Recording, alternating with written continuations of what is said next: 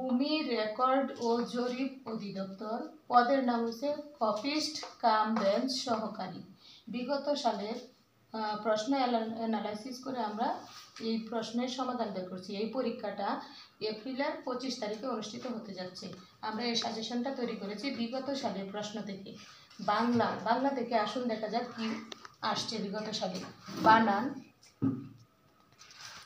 বানান, সন্ধি, এক কথায় প্রকাশ, অনুবাদ, বাগধারা, সাহিত্য, বিপরীত শব্দ, এগুলা থেকে বাংলা আসবে। এগুলা থেকে মাস্ট বি কমন পড়বে, এর বাহিরে পড়ার দরকার নেই। সাহিত্য বিষয় থেকে টুকটাক আপনারা প্রশ্ন করে নেবেন। তারপরে আসছে গণিত। আসুন দেখি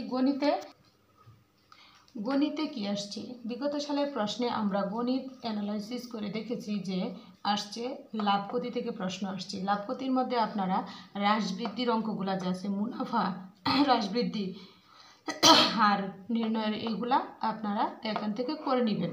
তারপর আসছে শতকরা থেকে একটা প্রশ্ন, এই দুইটা মিলাই একটা প্রশ্ন থাকতে পারে। তারপর অনুপাত সমানুপাত থেকে একটা প্রশ্ন থাকবে, আপনারা অনুপাত সমানুপাতের অঙ্কগুলো করে নেবেন।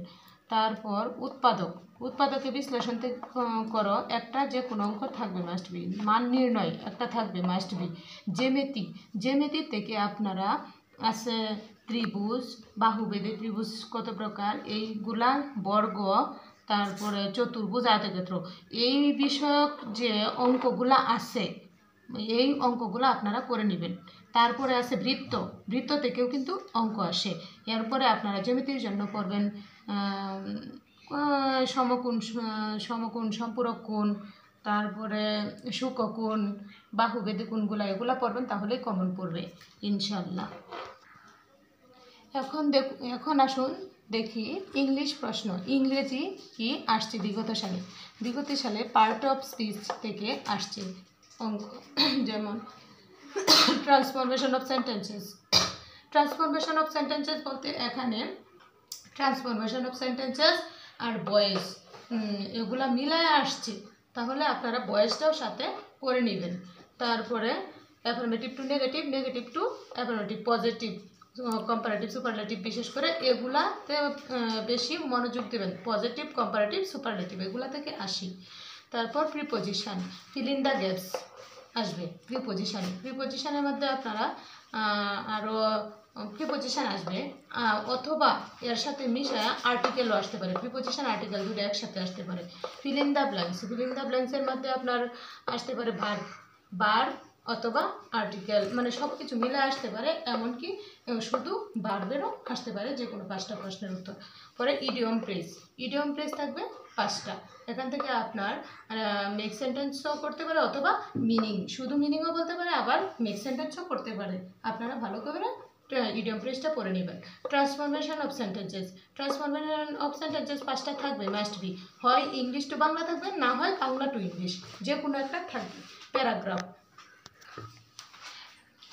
প্যারাগ্রাফ অথবা অ্যাপ্লিকেশন, এটা শুধু লিখিত ইয়ার ক্ষেত্রে। যদি আপনার প্রশ্নটা লিখিত হয়, পরীক্ষাটা লিখিত হয়, তাহলে প্যারাগ্রাফ এবং অ্যাপ্লিকেশন যে কোনো দুটা থেকে একটা থাকবে, তাহলে শুধু আসতে পারে। আর যদি প্রশ্নটা লিখিত হয়, তাহলে বাংলা কিন্তু ভাব সম্প্রসারণ আসতে পারে। এজন্য আপনারা লিখিত প্রশ্ন হলে এগুলা করে নেবেন। আসুন দেখি সাধারণ জ্ঞান কি হয়। সাধারণ জ্ঞান, ইতিহাস, বাংলাদেশের ইতিহাস ও ঐতিহাসিক স্থান থেকে প্রশ্ন থাকবে, যে কোনো একটা হলেও থাকবে। মুক্তিযুদ্ধ থেকে থাকবে মাস্ট বি। সংবিধান থেকেও একটা থাকবে।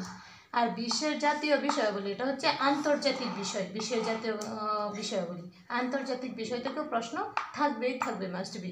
তাহলে জাতিসংঘ আপনারা সুন্দর করে পড়ে নেবেন। জাতিসংঘ থেকেও ভালো করে, মানে জাতিসংঘ থেকে একটা প্রশ্ন আসেই। রাজধানী ও মুদ্রার নাম থেকে যে কোনো একটা আসবে, হয় রাজধানীর নাম, না হয় মুদ্রার নাম, যে কোনো আসবে, তাহলে আপনারা এটা পড়ে নেবেন। সাম্প্রতিক বিষয়গুলোও পড়ে নেবেন। সাম্প্রতিক বিষয়গুলো যেমন এই যে এখন ফিলিস্তিনি গাজায় হামলা হচ্ছে, বিভিন্ন ধরনের যে দেশি বিদেশি, মানে আন্তর্জাতিক এবং বাংলাদেশ বিষয়গুলো, যে কোনো সাথে কারেন্ট ওয়ালগুলো পড়ে নেবেন। এগুলো পড়লে পরে আপনার 99% কমন থাকবে। চ্যানেলটি সাবস্ক্রাইব এবং ফলো দিবেন। আশা করি সবাই চ্যানেলটি সাবস্ক্রাইব এবং ফলো দিবেন।